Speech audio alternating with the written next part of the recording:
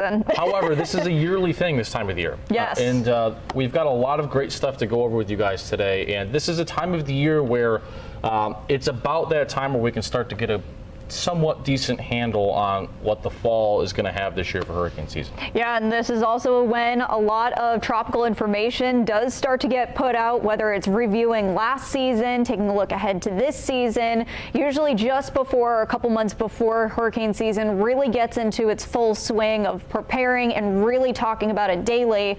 Yeah, we're going to be starting to get outlooks looking at the 2025 season. Not ready for that yet. Me either. Not after last year. And especially because it's so sunny out right now, my focus is the beautiful weather.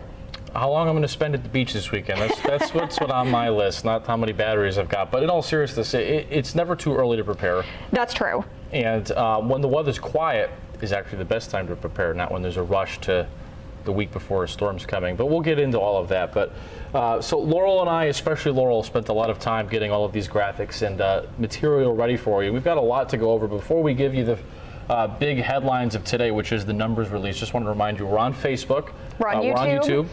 And if you have a comment, please put it in and we'll get to it. Or any questions, are absolutely going to be answering a lot of questions because we're going to be on here for the next hour breaking down the Colorado State University forecast, which is the first outlook of 2025. Also running to be a very accurate forecast for the season ahead. Yeah, last year's was pretty close to being accurate. I mean, it was the busiest ever. It came pretty close. It was very good. Yeah. Very good. For the crazy season that it was, it did a very good job.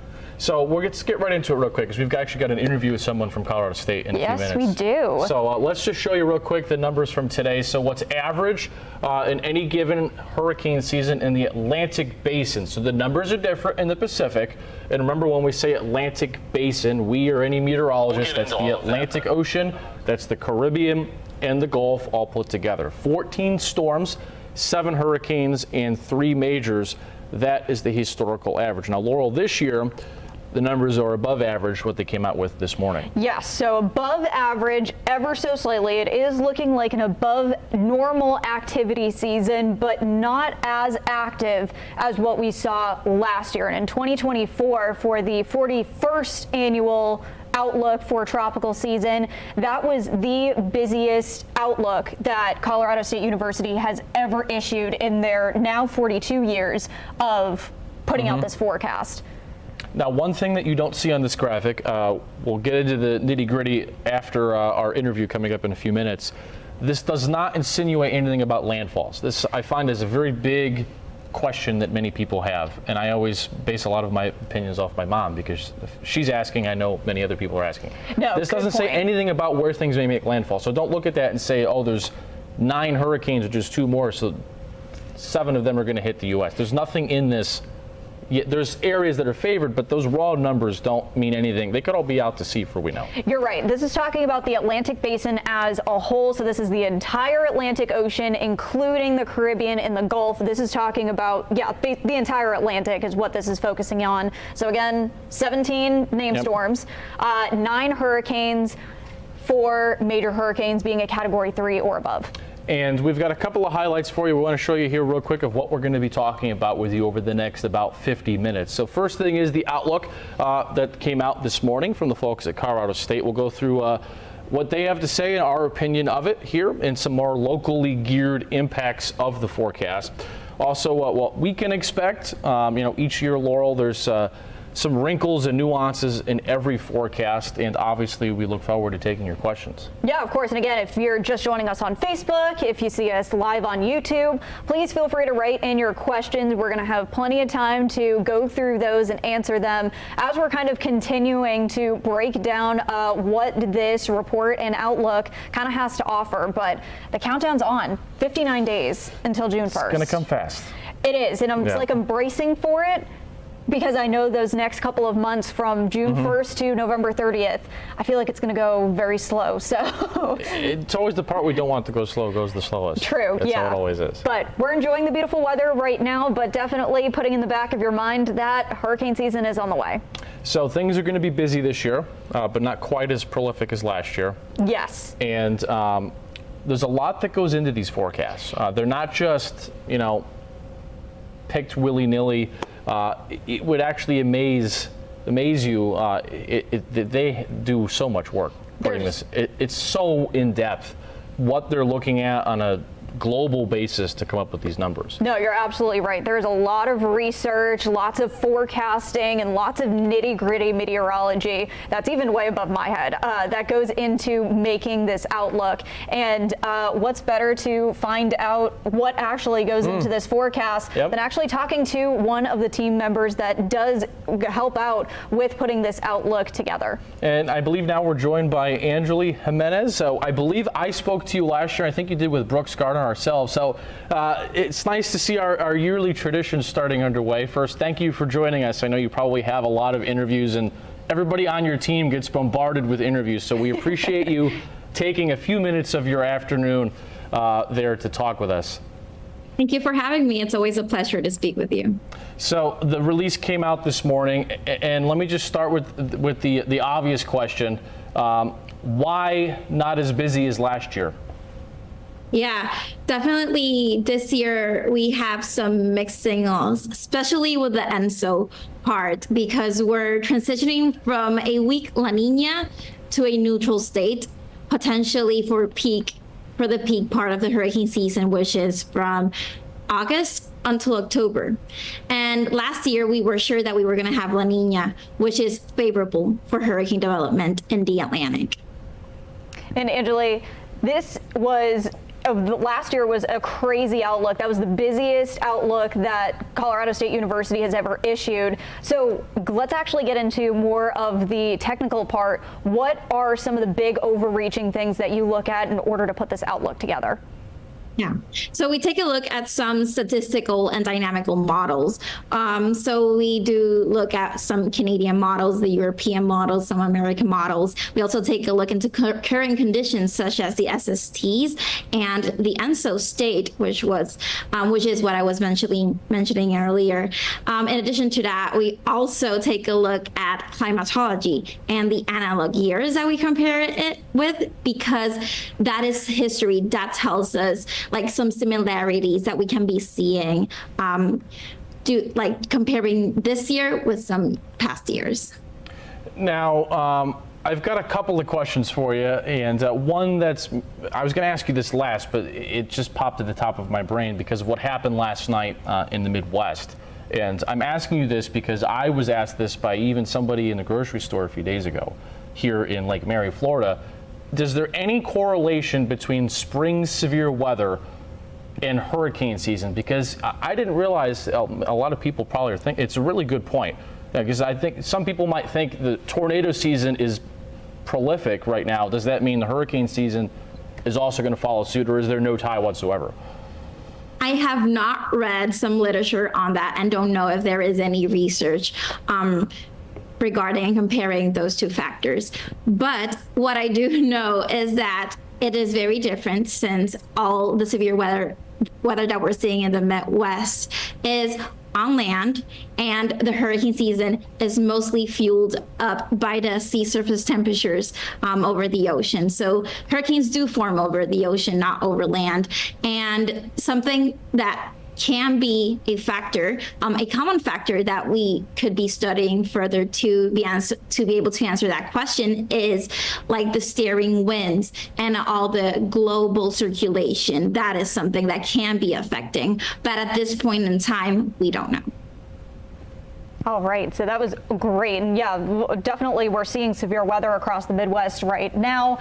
Also a very good question for sure. One other thing for you is when we start talking about tropical season and hurricane season this early, it sometimes makes people a little bit scared, but overall, we're going to be still in for an above average season. But one other thing that was in the report was a little bit more of an increased chance of at least one major hurricane making landfall on not only U.S. coastlines, but through the Caribbean as well. Can you talk a little bit more about that?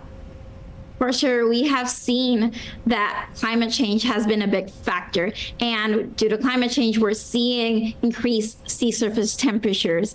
And with that, we have the fuel that can intensify these storms, making them more frequent and stronger.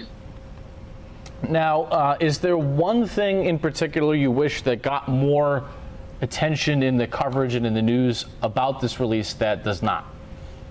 Yeah, definitely something that you mentioned prior to me joining you here was that this does not tell you anything about the track. And it only gives you a probability of landfall. We cannot say where it's going to make landfall, right? Or how many times will it make a hit in Florida? We don't know that. Last year, for sure, it was an interesting season where Florida got hit 3 times, but we don't know exactly where the storms are going to track. And it is important to always be prepared and just know that it only takes one storm to be able to make it an impactful season for you. No, you're absolutely right. Especially here in Florida, we saw basically Milton or Helene, and then just a couple of weeks later, Milton. So those were 2 very heavy-hitting storms. And of course, even looking earlier on in the season with Beryl at the very beginning of the 2024 season, it was very busy for sure. But it's still April right now in Florida. We're going to be in 90-degree weather through the weekend. We're enjoying the sunshine. But yeah, this outlook definitely puts into perspective that hurricane season is on the way. So what would you give for advice for our viewers, even though you still have plenty of time before hurricane season starts? What are a couple things that they can do in order to prepare for the season ahead? Definitely, preparedness is key. Like I mentioned before, it only takes one storm to make it an active season for you. Do not wait until the last minute. And the most important thing of all is follow your local guidelines. There's a lot of this misinformation in social media, and it's important to follow your local meteorologist and the National Weather Service and the National Center for Hurricanes. Now, I've got one final question for you before we let you go. And guys in the back, once I ask this to her, if you could throw up links 1 over this. I'm going to ask you about the El Nino La Nina forecast. Because there's something called the spring predictability barrier. So to preface this for people who are listening, sometimes it's hard early to mid in the year to know for sure, will we be in El Nino, which is generally hostile for hurricanes, or La Nina means there's going to be more. But right now, there's been some talk of this El Nino Costero, I think it is, and we're going to kind of be in a neutral phase. When do you think we'll know for certain, will we be in neutral or, God forbid, go back to a La Nina? Is there potential that the forecast could change drastically later in spring? Just curious your thoughts on those 2 things. Yeah, definitely. So right now we are in a weak state of La Nina, that meaning that we can go into a neutral phase whenever we cross that threshold.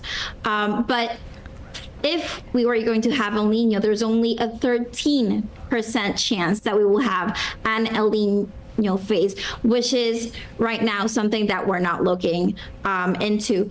Going back to La Nina, it is something that could be probable due to the temperatures that we're seeing in the Pacific. So right now we don't know. That is the question that is up in the air. We don't know when we will have this transition.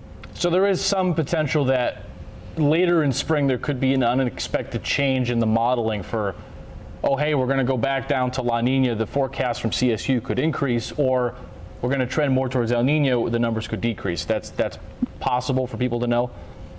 Yeah, so we do update our forecast in June, July, and August. And our August forecast is definitely the best forecast because we have all our numbers updated with the current conditions that can tell us how are they're going to be steering this hurricane season, favoring or unfavoring.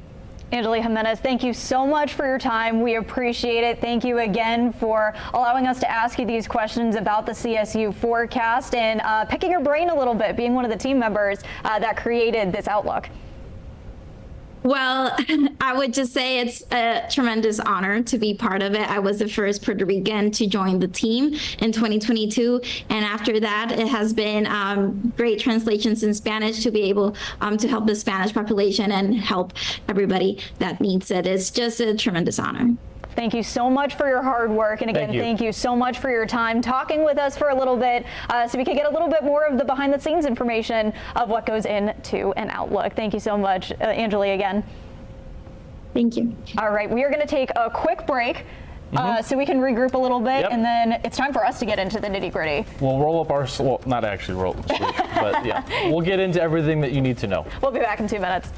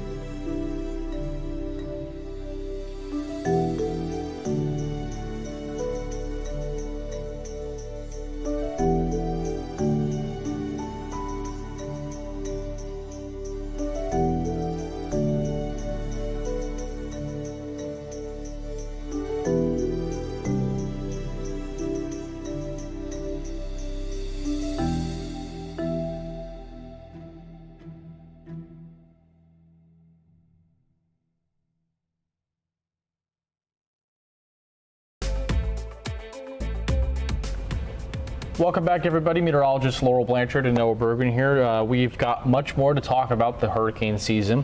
It's beautiful weather right now, and I know I would love to be the bearer of good news always, but there will be another hurricane coming at some point. It's mathematical fact, and we have to be ready for it.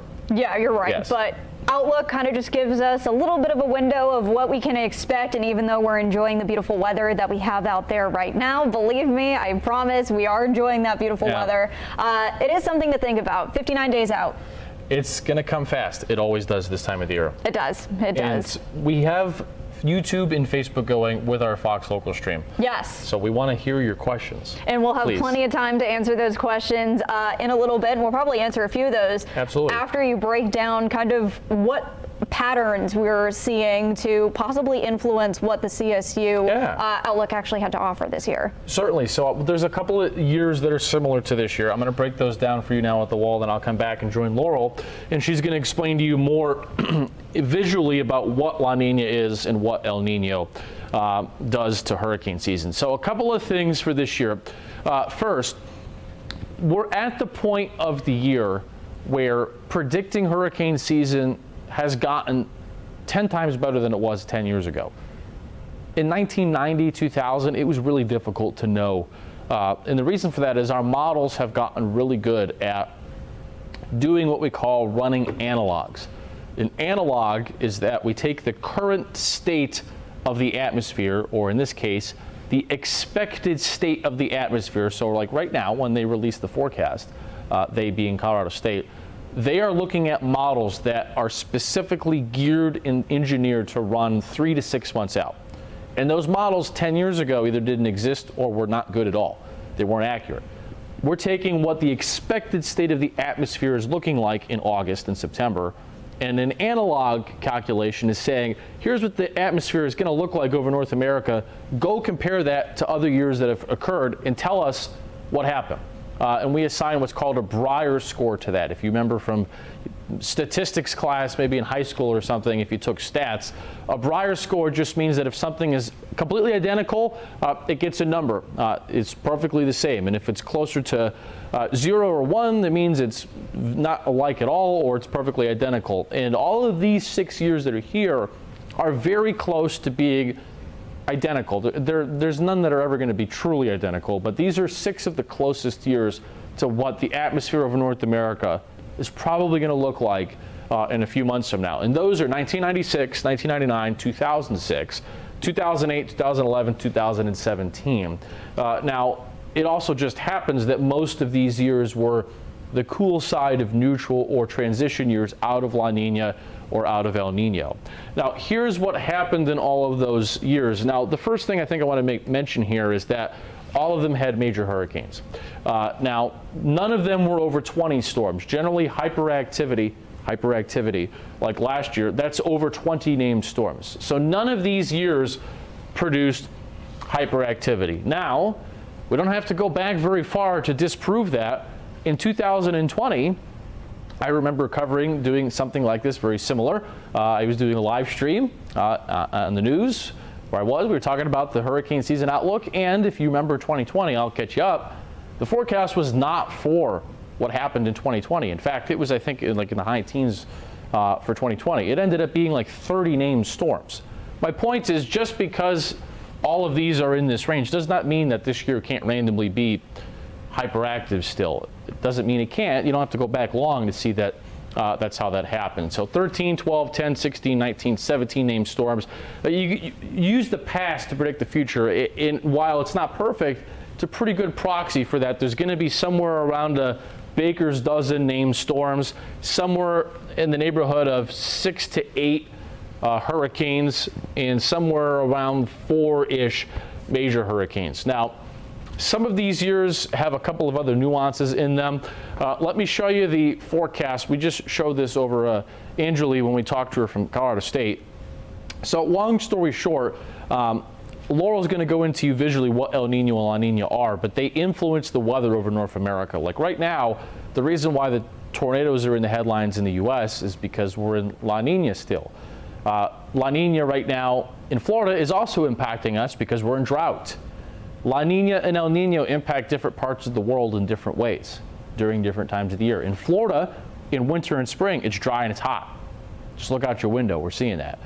In the Midwest, it means tornadoes in spring. Now, what's El Nino mean in hurricane season? Generally, less storms. What's La Nina mean in hurricane season? More storms. And then when you're in the middle, which is neither, which is the water is average historically, that's when you get wild card seasons that it incorporates a whole bunch of other things that could go on to predict what will happen. Now, this year, here we are right here, we're still barely in La Nina. The forecast mean of all the models is this green line. And notice how we're going to trend towards neutral, which is 0. This is the departure of the Pacific Ocean above or below average. El Nino would be up here, La Nina would be down here. Now, I want you to notice, it might be hard for you to see because these lines are a little faint. There's only 2 or 3 models that truly have us getting into a El Nino by September, October, November. These are 3-month averages. So the peak of hurricane season is about right here. And notice right here, there's only a few models that have us getting into El Nino. There's several that have us going back into La Nina, which is a wild card because the forecast would be hugely upgraded later in spring if that's the case. But the consensus is somewhere in the middle. Neither El Nino, neither La Nina. So that's why you heard Angeli say when we zoomed with her, there are mixed signals for this forecast, is because when you're neither in El Nino or La Nina, there's other things that are going to influence the hurricane season. When you're in La Nina or you're in El Nino, it's very easy to tell in the grand scheme of things, Laurel, how the season's going to be, because very rarely do you have, for example, an El Nino that is hyperactive, and very rarely do you have a La Nina that's a dud. Yeah. It's these in the middle years, you saw that green line where it's mixed. Like she said, it's mixed signals. It could go one way, Yeah. it could go the other way, but again, Colorado State University has a very good track record in how that really plays a part for sure. We'll finish talking about La Nina and El Nino, and we'll take a quick break, and especially what we can usually see in those patterns. So real quick, let's head back over to the wall, and as we do take a look at La Nina, as we really break that out with that, what we normally see is that cooler water and that lack of rising air. And as we take a look at that, the cooler water really just weakens those upper level winds, and that's what creates the possibility of that more active hurricane season. Whereas when we have neutral, we really have those closer to average sea surface temperatures in the Pacific. So with that, normally we see a very average time for hurricane activity, which is what's expected for this year. All right, we're going to take a quick break, and we promise we didn't mean to cut you off. We're going to get right to explaining what El Nino, La Nina is, then more on the potential landfall spots for storms this season. Stay with us. Grab a cup of coffee or maybe a iced tea or something. It's 3 in the afternoon. Hey, this is my morning. We'll make it quick. We'll make it snappy. We'll be right back in 2 minutes.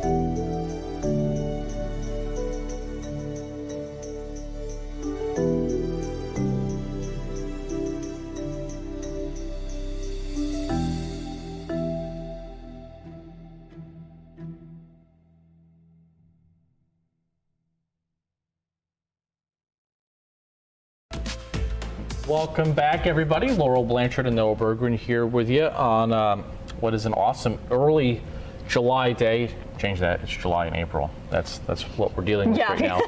So based on the weather outside, you might think hurricane season is closer than it actually is. But in reality, it will come fast. We're now less than 2 months away from the start. But this year, there's mixed signals, as we were talking about before. If you're just joining us on YouTube, on Facebook, we've got our comments sections open. So if you have a question, we would love to hear from you. Please put it in the feed and we will get to it. El Nino generally hostile for hurricane season, La Nina generally favorable, but you're going to go through and walk us through visually what they actually mean, because many people might not know that El Nino and La Nina are not actually in the Atlantic. They're actually on the other side of the continent. Yeah, so last year, just to put that into perspective, we were in a very strong La Nina phase. Yep. So with that, let's actually head over to the weather wall right here. So in a La Nina phase, and this is what we saw in 2024, we see that very cool water and that lack of rising air. So ultimately what that does, if we take a look right here, there's below normal water temperature right along the Pacific equator. So as we see just off the coast of South America, below normal water, and with that cooler water, we have that lack of rising air. And when we have lots of rising air, that usually means that we're going to be seeing a lot of shear happening in the atmosphere, which rips hurricanes apart. When we don't have that, that's when we do see that uptick in the activity, especially during hurricane season, which does lead to, once again, more activity, especially along the Caribbean and in the basin of the Atlantic, leading them off into the Gulf, more hurricane activity. So that's what we see in a La Nina phase. And if we put that into perspective with the less wind shear, that does mean that there is, once again, an uptick in hurricane activity because of the reduced shear. And once again, that's just wind moving in two different directions in different layers of the atmosphere, which just rips apart a hurricane. So with that, La Nina phase, not necessarily great conditions if we're talking about the Atlantic basin for hurricane season. Pacific-wise, we're looking at less activity, but because we're focusing in on the Atlantic, of course, here in Florida, this is when we can expect more hurricane activity. But when we were talking to Angelique, she said that we're going to most likely get into this neutral phase. So not necessarily quite the extreme of El Nino or La Nina, somewhere in the middle. So what does that actually mean?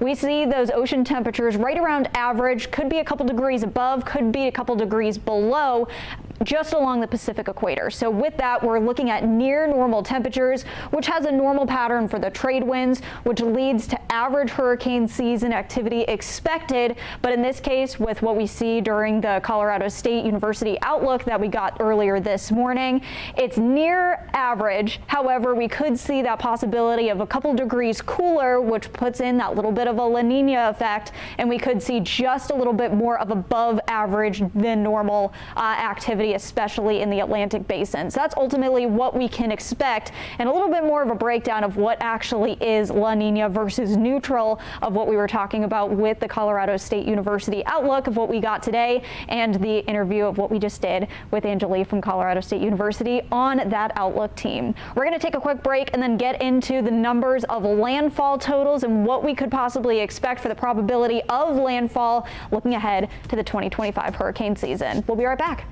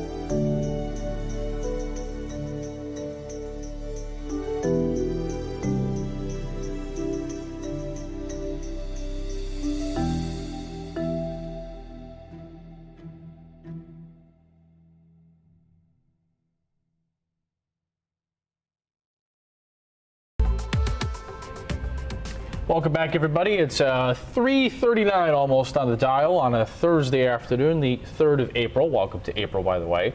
Hope you've had a great day so far. Weather here is great right now. I mean, hurricanes thankfully are not threatening right now, but they will be eventually. Yeah. It's just how it goes, the nature of the beast, and we're going to be here, the entire team, to get you squared away, keep you safe, and inform you this year.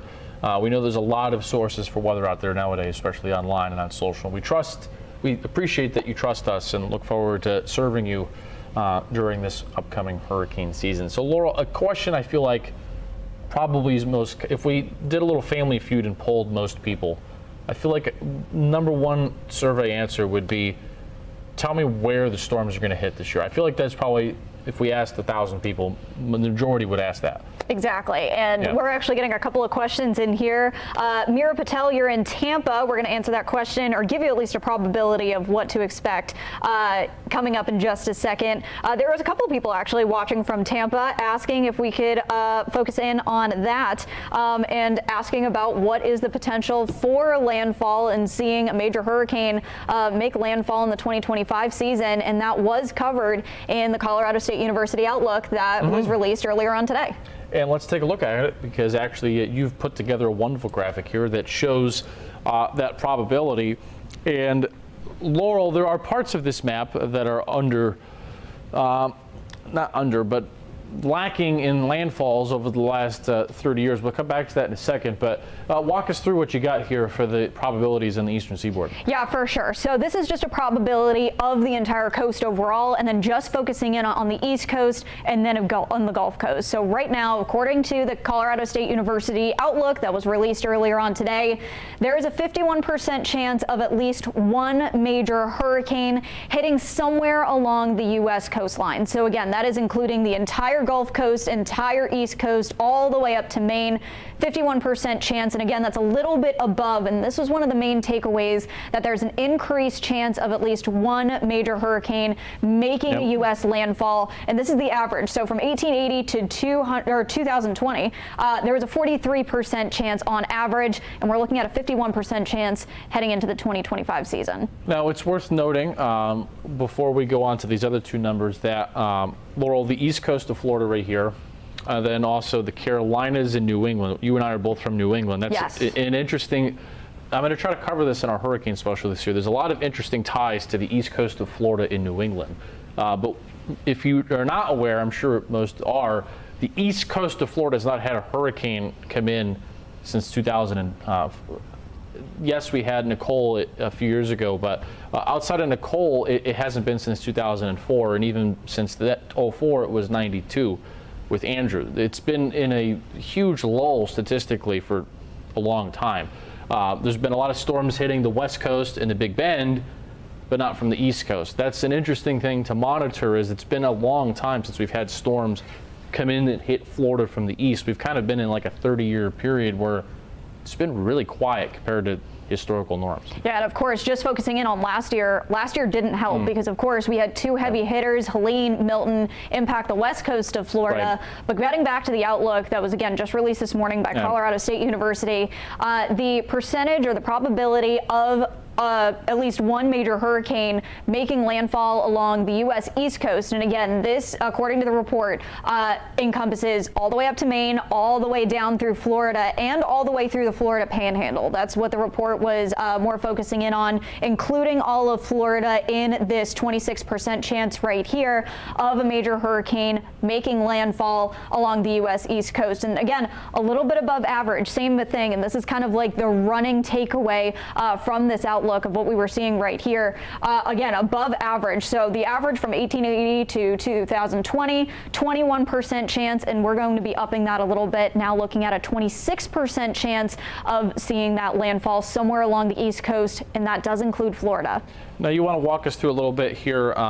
There's a 6% jump relative to average, which is more than the East Coast for Texas, Louisiana, Mississippi. That's an interesting one to me.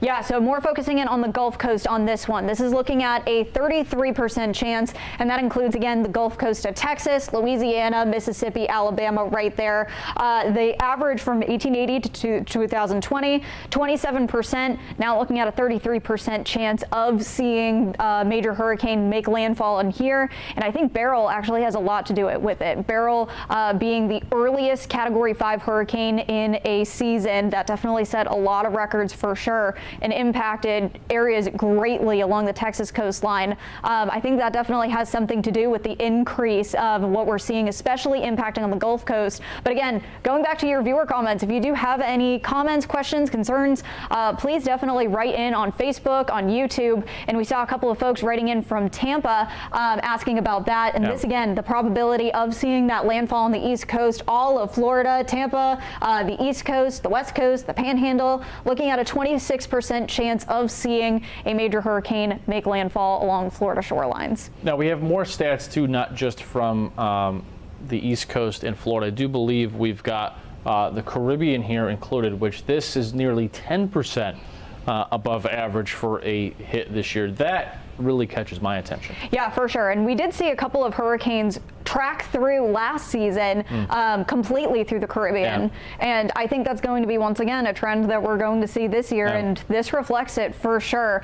So a 56% chance of at least one major hurricane, which again, category 3 or above, tracking through the Caribbean, which the Colorado State University putting at about 88 degrees west to 60 degrees west and 10 degrees north to 20 degrees north, more focusing in on where that specifically that zone is. And no, I think really with that and what that statistic is, again, being 10% greater in that case, has a lot to do with the sea surface temperature. And I just pulled this up, Laurel, off of what you were just saying, because it's interesting to note that this early in April, our ocean heat content map is already showing some numbers here. I mean, if you look at this, it's already got hot down in the Caribbean. Now, ocean heat content is not the raw sea surface temperature.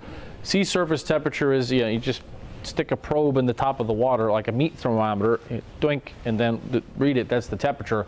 Ocean heat content is a much more complex meteorological formula that takes into account how deep is the warm water. Is the water only above 80 for 10 feet? Is it above 80 for 100 feet down? How deep is the water? Is there shelf water nearby? It's a much more accurate representation of how much fuel is in the water surface for there to be hurricanes. And it's, I don't want to use the word alarming, but it's eyebrow raising that this early, the area that is exceedingly above average, in fact, it's near a record high all time for this time of the year, is the Caribbean. And we know a lot of storms that pass through the Caribbean end up in Florida. So that's kind of a wild card this season, is how warm the Caribbean is right now. We've got much more to talk to you about, also the names. We've got some news on names that are retired, and also a little bit more on the nitty-gritty on the forecast. Laurel and I will be back after a quick break at 2 minutes, bringing some much more on this hurricane season outlook. Stay with us.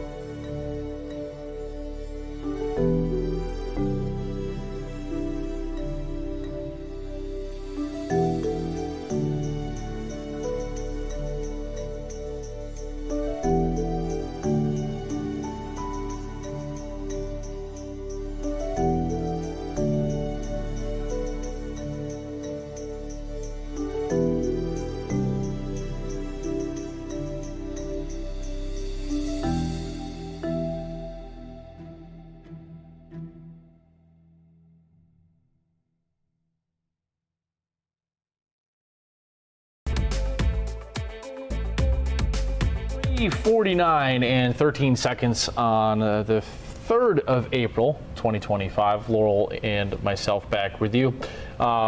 we've got about 12 minutes left, and I have my phone somewhere, huh? I'd lose my head if it wasn't attached. I swear, this in the wallet. So before we get into any more graphics, let me look at some of your comments. Oh, Brooks Garner is watching. Brooks, good afternoon. It's funny between the shifts that this is kind of my morning and this is his night. That's just how the nature of TV weather goes. But hello, Brooks. Hi, Brooks. Thank you for watching. Cindy Atherton is watching. Hello. Emma Sutton Love. Hello, hello, hello. Thank you for watching. Matt Sawyer. We got to the question from Tampa. Hello, Russ Casting. How you doing? Scott Lemon says he always found it interesting the hurricane forecast comes from Colorado. Obviously, it's lighthearted, but they do great work. Yes, they do. A great job, and we'll actually focus on that coming up. But hi, Angie from Union City, repping the Northeast Tennessee crew. So we've got about 10 minutes left. So let me show you one more time. We'll take this full screen, the outlook for this year. 14, 7, and 3. That's the average. Named storms. Remember, a named storm is a tropical storm and up.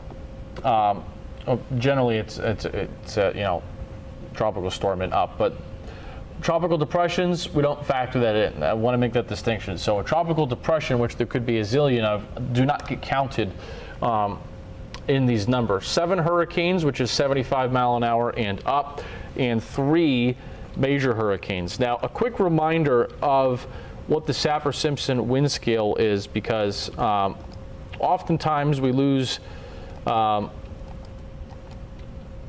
sight that it's all based on just sustained wind speed and nothing else. I think, Laurel, do we have a we do. A hurricane scale? I believe we do. I can't find it right now, but anyway, we'll try to find that for you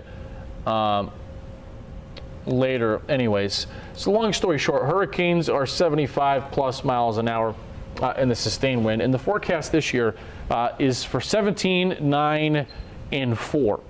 So above average, but not significantly so. Now, last year, the forecast made was 23, 12, and 6. So this year, the forecast is 17. Get over here so you can see it better. 17, 9, 4. Named storms, hurricanes, majors. This year, it's 23, 12. Last year, it was 23, 12, 6. So we're not quite as busy as last year. And here's what ended up verifying last year. There were exactly 6 major hurricanes. They missed the number of hurricanes by 1. And the only thing that maybe a little bit missed the forecast was the number of named storms. That's because there was a lull in the middle of the season where you normally would have some, what they call them, fish storms, where there's a named storm way out in the Atlantic that doesn't impact anybody, but it counts towards the named storm tally. So that's really the only thing last year that kind of was a little under the expectation, was the raw number of named storms. But to go back and forth, this year, 17 and 9 named storms and hurricanes. Last year, the forecast was 23. So we're 6 less named storms than last year, and we're 3 less hurricanes than last year. But the forecast this year is still above what is historically average. Here's how last year went. We started with Alberto. We ended with Sarah. Obviously, the big heavy hitters were the ones in red. Raphael, Leslie, red and pink. Helene, Kirk, Beryl obviously was a big one. Now, there was a big break here in the summer. If you look at this graphic, and also shouts to Laurel Blanchard, who does fantastic with these graphics. Notice there's a little bit of a gap here, how you had boom, boom, boom, rapid start last year, nothing. Random Debbie, boom, boom, boom, boom, nothing. Ernesto, but in this area, there was a huge lull. We started at a blistering pace last year. We had about 2-3 months of where'd everything go, and then it was just a blitz in September and October. It'll be interesting to see this year as we go into the season, how fast do things start going into hurricane season. Now, new this year, we do have some names that were retired. Beryl, Helene, Milton, this just got announced yesterday, and Laurel, these will be replaced with Brianna, Holly, and Miguel, and these will come up again in 2030. Yeah, and so actually that's going to come into play in just a few minutes when we take a look at the names for the 2025 season. But yes, we did see massive destruction and unfortunately many deaths with Beryl, Helene, and Milton during the 2024 season. So those names are now retired. Again, here's going to be the list that's going to be recycled and used in 2030. So now let's focus on 2025. Here are the names of what we can expect with that, starting the season off with Andrea and going through to Wendy. And you'll probably think to yourself, these names do look a little familiar. And again, names are reused every 6 years. You'll probably see one new one, and that is Dexter. You can see that little asterisk right there. And again, names are reused every 6 years. So this is the 2019 list. And if you remember 2019, that was the year with Dorian. So Dorian was retired, just like Beryl, Helene, and Milton. That's no longer going to be used in a future list. So with that, we are seeing Dorian retired and now Dexter subbed in. So of course, today we did get the Colorado State University Outlook today on April 3rd, and that's going to be updated throughout the hurricane season. We're going to be seeing a few more of those dates, and we'll take a look at that in just a moment. Just a couple of other dates for you to keep in mind. Florida Hurricane Preparedness Week, that's the week from May 4th to May 10th. The NOAA Season Outlook, that's going to be released sometime in May. And of course, something that you should absolutely mark on your calendars, the Fox 35 Hurricane Special, that's going to be airing at the end of May as well. And of course, 59 days out, folks, it's going to come quick. We're going to be seeing hurricane season officially start June 1st on that Sunday. So let's get back to the Colorado State University forecast. With that, we saw the initial forecast get issued today. And again, that forecast really doesn't change, but there are a couple of tweaks as that forecast does get updated throughout the season. So we're going to see another one released on June 7th, going to see another one released on July 9th, and then the final one for the season updated on August 6th. So we're going to keep in mind of these dates. And of course, today we did see that initial forecast get put out. And with that, 17 named storms, 9 hurricanes, 4 major hurricanes is what the first outlook of 2025 for hurricane season 2025 has been released today. And that's what we're looking at. And some other things we didn't mention, Laurel, there will be a lot of new things we're going to work on for the hurricane special. We've got about a minute left. There's a lot of new weather modeling this year. Last year we had some new models that came out that we use behind the scenes to forecast. There's a lot of AI coming into hurricane forecasting. I was able to attend the American Meteorological Society conference in New Orleans that was earlier this year, and there's a lot of new tech that's coming. We all know the old spaghetti models, for example. There's a lot of new things that are coming. So you'll probably start hearing about a lot of new products as we're going about through the motions this year, and obviously we'll explain them to you. But good job today. This was great. Yeah. Thank you. I hope you guys enjoyed. Yes. Very informational. I know that was a lot of information thrown at you, but we still have a couple of months to go before hurricane season starts. But just to kind of put it in the back of your mind that even though it is 2 months away, it is going to be coming up soon. And Garrett will actually talk a little bit more about this, maybe not in as much detail. Oh, no, he could. I have faith in Garrett. Yes. I think he does too, but he'll be coming up next on Fox Local. We appreciate you watching, and remember, through hurricane season, you could trust all of us, Brooks, Jess, TJ, Laurel, and myself. We are here for you. This is what we do, is we track storms and hope to protect lives and property, and we take it seriously that you trust us as your source of weather information in Central Florida. So thanks for watching. We'll leave you with a view of sunny Port Canaveral. Let's go on a cruise. No hurricanes this week. Have a great night.